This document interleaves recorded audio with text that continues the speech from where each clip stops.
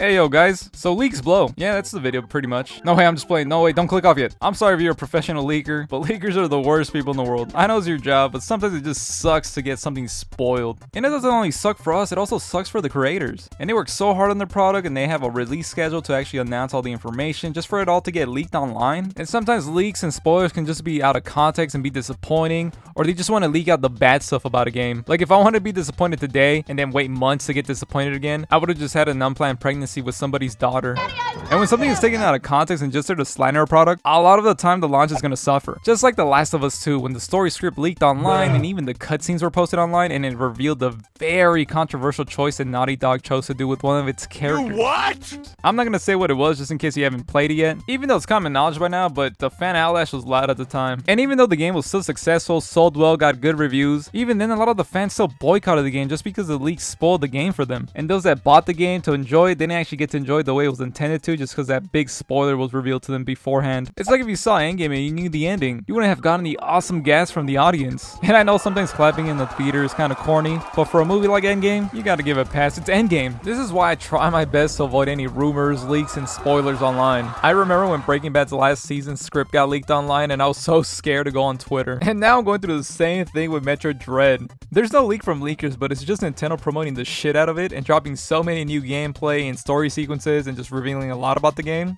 And it's so funny because Nintendo really hates it when people leak any information about their games, and now they're the ones doing it to themselves. You can't spoil something that's already been spoiled. I mean, you guys remember the ESRP leak, right? You know when they got Super Smash Bros. For 3DS and they leaked the whole roster months before the release, which started a whole online riot where the Smash fans were so upset that the final roster spots were taken by characters they did not want. But are we happy now though? We finally did get Ridley and Banjo. Well, this really bummed out Sakurai because he loves to have fun revealing the new fighters in directs, but you actually don't see any more Smash leaks ever since then, so you know, you live and learn.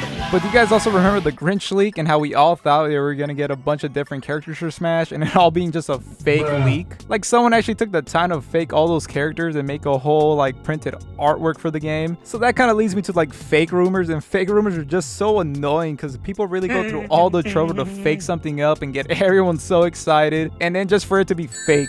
Like, God, why? At this point, I'm so tired of retailers leaking things or just posting up fake game pre-orders. Like, I'm sick of Metro Prime Trilogy always trending because they got some store put it up and it's not coming out. Why you keep doing that to us? But anyway, and even recently, Kirby got leaked before the Nintendo Direct. And while sure, still it's awesome to get a new 3D Kirby, but it would have been a lot more fun to find out during the Direct and not before it. I mean, sometimes there's leaks that we like. And before we move on to leaks that we do like, let's not forget to like this video.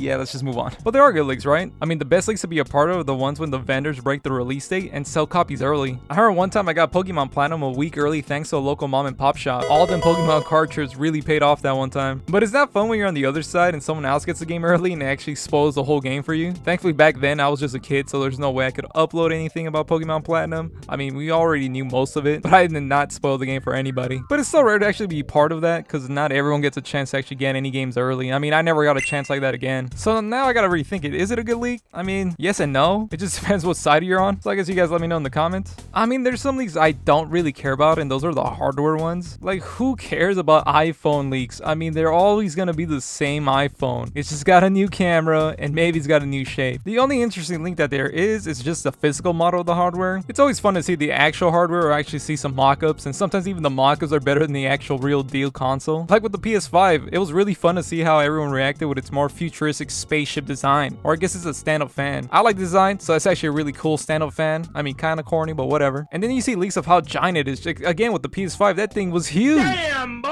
he's and it's always fun to talk about. Or sometimes they're just a little bit underwhelming, just like the Xbox Series X. I mean, it's literally just a fucking rectangle prism. It's literally just a fridge. Even Microsoft poked fun at it and even made a promotional Xbox Series X refrigerator. And I really wanted one of those fridges. But then there's specs leaks, and I couldn't really be bothered by those in the slightest. I mean, they can be disappointing when they don't actually take the giant leap that you expect them to. But what can you do? I mean, I'm not gonna buy the new console, am I? Shut up and take my money! Nintendo seems to be the only one that has the most interesting hardware rumors though. They always want to do something different, and even though it bites them in the ass half the time. But when the 3DS and the Switch rumors were coming up, those were exciting times. I mean, a handheld home console? Nintendo was really struggling after the Wii U, and here they were again trying a new gimmick, but this gimmick actually paid off. Or a portable eye-popping 3D without glasses. I mean, everyone was dying to see what that was about. I mean, at the time, was that even possible? Well, we found out that it was possible and it really hurt our eyes. And then there's leaks that I'm on the fence about, and those are just rumored titles or just anything in development at the time, because I love to see announcement trailers, but the ones with actual gameplay. For new games, of course, I'll give sequels a pass for this one time. I mean, for Spider-Man 2 and Breath of the Wild 2 at the time, it was alright to just get a games announced. I didn't really care to see gameplay because, I mean, more or less, the games are going to be the same. It's just exciting to get a sequel. But these aren't really leaks, but sometimes games just get announced too soon, just like Wolverine and Metro Prime 4, and they're like months or years away from coming out. You guys don't know this about me yet, but I'm so impatient when it comes to these things, like really impatient. Like, why do you guys want to make us wait 4 years? At this point, a rumor would just suffice. And sometimes rumors are fine unless it's just too much information. If it's just a rumor about a game about to be announced, that's fine, but until there's too much information being leaked, it's just not fun anymore. Like, we know we're gonna get an announcement for the new Smash Bros. Fighter, but please don't leak who it is. Some of the best announcements are like Metroid Dread and Fallout 4, where they're just months away from being released. And like Metroid Dread, you get a lot of gameplay and a lot of hype, and maybe just a little bit too much information, but thankfully the game is just around the corner, and you might get lucky and get nothing leaked. And then sometimes leaks can be funny, just like Pokemon Let's Go Pikachu. That got leaked on April Fool's, and everyone thought that it was a joke just because the graphics are so bad.